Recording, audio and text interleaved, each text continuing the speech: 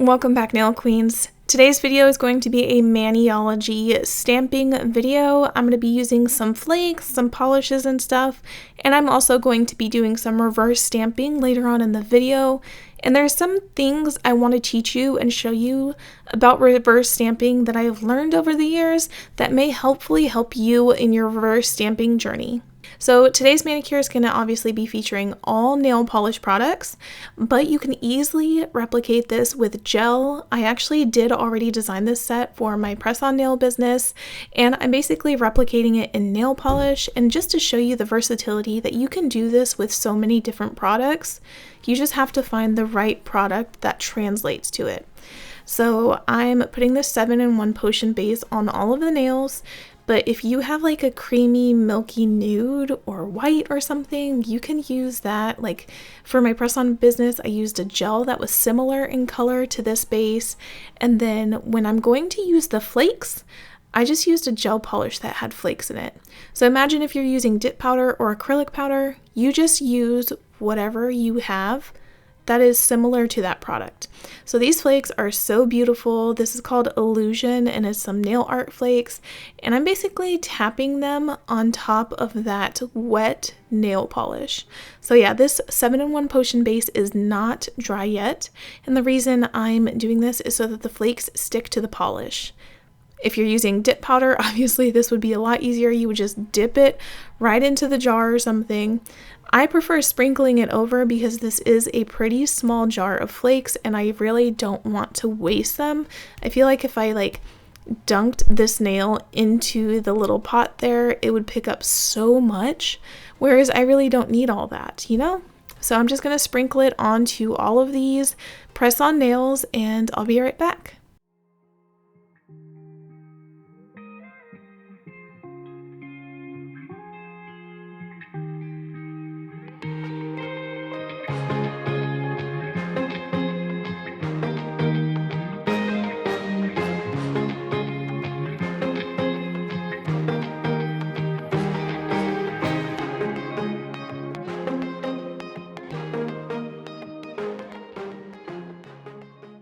So bada bing, bada boom, I got it all done. All of them have the 7-in-1 potion base on the bottom and the nail art flakes on top, sprinkled on top and laid flat. I made sure to tap them all down so they're all laying flat on the nail.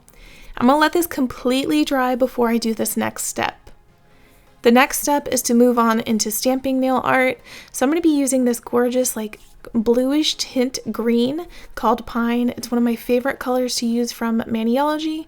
And I'm going to take this design from their Santa's Workshop starter kit and the scraper card from the starter kit and even the clear jelly stamper from the same starter kit, and I'm just going to pick up the image and do some reverse stamping. Now, my first tip for reverse stamping is don't worry about things drying. You don't have to go really, really fast because you have to color in the image, and that's what I'm doing here.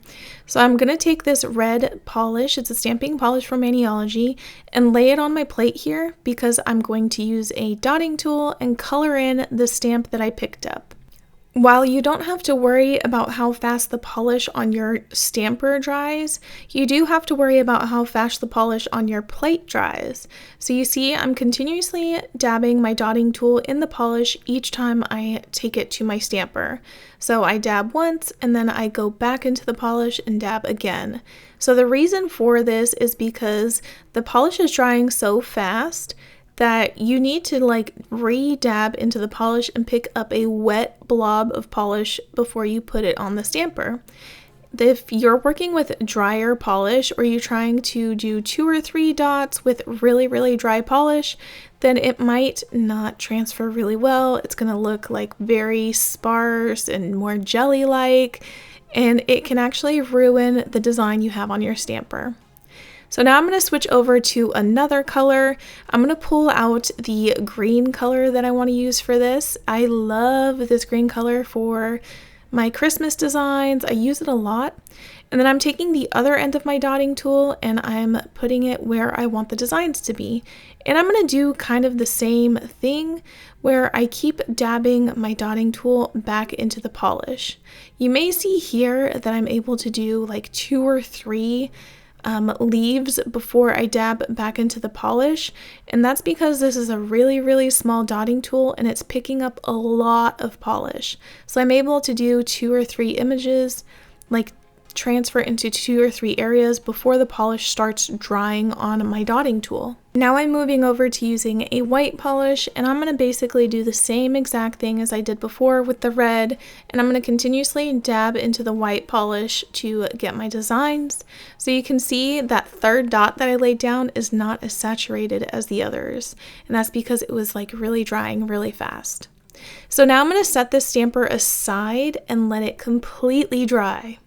The reason for this is you have to let the stamper completely dry, like completely air dry, because if you try to stamp immediately after doing your reverse stamping, everything is going to smudge on your nail. I know that goes against all of the rules that you've probably learned about stamping nail art, but reverse stamping is like one of those things you really gotta like be patient for it to turn out really well. So while that dries, I actually take another stamper that I have, because I have multiple, and I do this same exact thing all over again on this stamper because I'm going to repeat this 5 times.